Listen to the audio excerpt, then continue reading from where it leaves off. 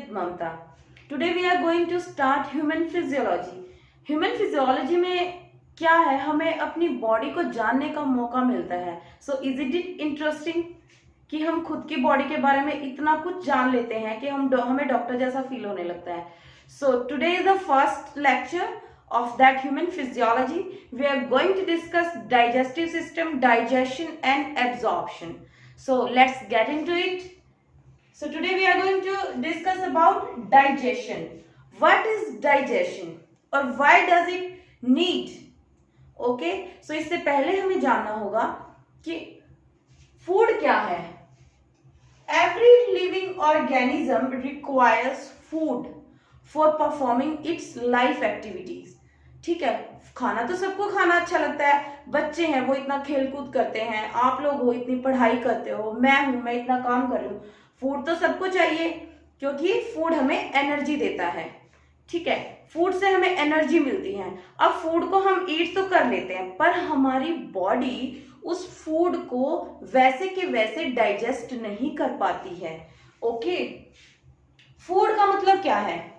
Carbohydrates, proteins and fat and in some amount of minerals and vitamins. ये भी बहुत चाहिए होते, थोड़े कम अमाउंट में चाहिए होते पर ये हमें चाहिए होते हैं. ठीक है, तो इन सब चीजों को ब्रेक डाउन करना होता है. उस प्रोसेस को हम बोलते हैं digestion. And for this we have a complete system that is digestive system to performing these activity of digestion. एक पूरा सिस्टम है हमारे पास, दैट इज डाइजेस्टिव सिस्टम. उसी को यहाँ पे हम डिस्कस करेंगे. उससे पहले कुछ टर्मिनोलॉजीज है वो हमें जाननी बहुत जरूरी है ताकि हम आगे डाइजेस्टिव सिस्टम पढ़े तो हमें अच्छे से समझ आए. ठीक है, सबसे पहले तो कंपोनेंट हो गया, फूड के components, carbohydrates, proteins, fats, minerals and vitamins. ठीक है, फूड क्या करता है? गिव्स एनर्जी, एनर्जी देता है हमें. Growth and repayment. ग्रोथ है भाई, हम बढ़ रहे हैं तो हमें खाना तो चाहिए क्योंकि प्रोटीन है, प्रोटीन हमारी बॉडी को बनाने में हेल्प करता है. कार्बोहाइड्रेट्स हैं वो एनर्जी प्रोवाइड करते हैं. फैट भी एनर्जी प्रोवाइड करता है. मिनरल्स भी चाहिए होती है कुछ प्रोसेसेस, मेटाबॉलिक प्रोसेसेस को कंप्लीट करने के लिए. विटामिन्स भी चाहिए होते हैं हमें. ठीक है, और दूसरा कंपोनेंट है फूड का वाटर. वाटर भी बहुत इंपॉर्टेंट है. Increase the rate of metabolic reaction और दैट इज मेटाबॉलिज्म. इसको इंक्रीज कर देता है वाटर. वाटर के प्रेजेंस में ज्यादा मेटाबॉलिक रिएक्शंस क्या होती है? कैटाबॉलिक. ओके, कैटाबॉलिक में क्या होता है? Break down. एक बड़ा है फूड पार्टिकल, वो ब्रेक डाउन होके छोटे छोटे पार्टिकल्स में कन्वर्ट हो जाता है. ओके, और anabolic, anabolic is these small food particles combine to form a bigger molecule. वो है एनाबॉलिज्म और एनाबॉलिक प्रोसेसेस. ठीक है, मेटाबॉलिज्म के रेट को बढ़ा देता है. All metabolic reactions, MR means metabolic reactions, are catalyzed by enzymes. Catalyzed का मतलब होता है बच्चे, कोई भी रिएक्शन हो रहा है. अब मान लो मेरे को एक प्लेस से दूसरे प्लेस पे जाना है, मैं पैदल पैदल जाऊंगी तो मुझे बहुत टाइम लगेगा. अगर मेरे पास बाइक है, स्कूटी है या बाइसिकल है तो मैं वहां पे जल्दी पहुंच जाऊंगी. ठीक है, तो वो जो बाइक और जो साइकिल है वो किस चीज का काम कर रही है? वो कैटालिस्ट का काम कर रही है. मेरी प्रोसेस को फास्ट करा रही है, मैं जल्दी पहुंच जा रही हूँ वहां पे. तो इसी तरह से किसी भी रिएक्शन को फास्ट कंप्लीट कराने के लिए हेल्पफुल है एंजाइम्स. ठीक है, एंजाइम्स आर मोस्टली प्रोटीनेशियस. मतलब all enzymes are maximum protein. Protein के ही बने होते हैं enzymes. Some enzymes are simple but some are conjugated. Some enzymes are simple means they are made up of protein. Some enzymes are conjugated means they have some non-proteinaceous part also that may be vitamin. ठीक है, protein plus non proteinaceous part, that is called conjugated protein. हमें याद रखना है. ठीक है, सो ये सब हमें पता होना चाहिए. मेटाबॉलिक रिएक्शन क्या होती है, ठीक है, फूड के कंपोनेंट क्या है, फूड किस लिए जरूरी चाहिए होता है हमें और वाटर किस लिए जरूरी चाहिए होता है। और सबसे मेन बात, डिहाइड्रेशन से दूर रखता है। वाटर अगर पीते रहेंगे तो डिहाइड्रेशन नहीं होगा, है ना। So let's get into digestion. So this is the structure of digestive system. Digestive system कुछ इस टाइप का दिखता है हमें, ठीक है। और our digestive system is complete in human beings. Digestive system is complete, okay. इसके बारे में डिटेल में हम आगे पढ़ेंगे, ताकि हम आगे पढ़े तो हमें अच्छे से समझ में। एक ओवरव्यू ले लेते हैं यहाँ पे डायग्राम को देख के, ठीक है। सबसे पहले तो ये माउथ होता है, this is oral cavity. Oral cavity होती है। सो our digestive system is complete means we have two openings, okay. The complex organisms have two openings, one is anterior, another one is posterior.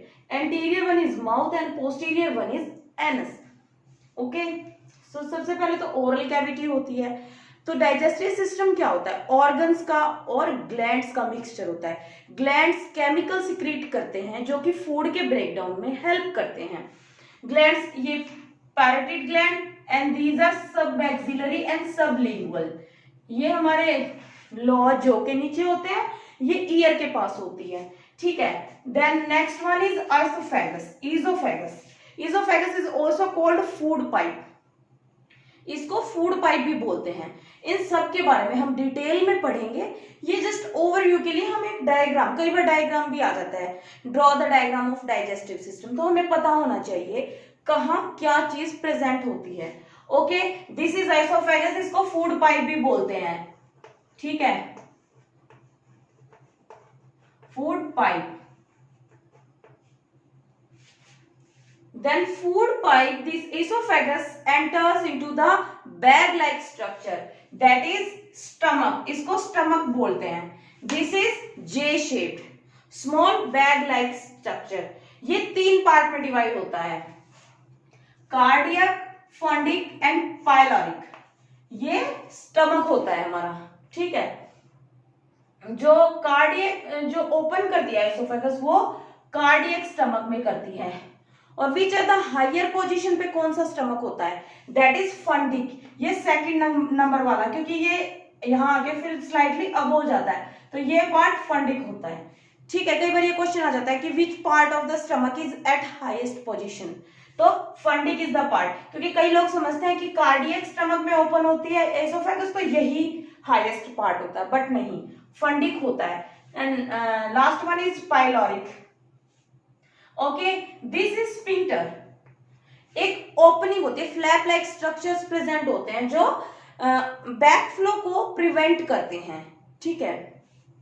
इसको बोलते हैं pyloric sphincter, ठीक है। This is pancreas. ये the small leaf like structure is called pancreas. And this big structure is called liver. It is the largest gland of human being.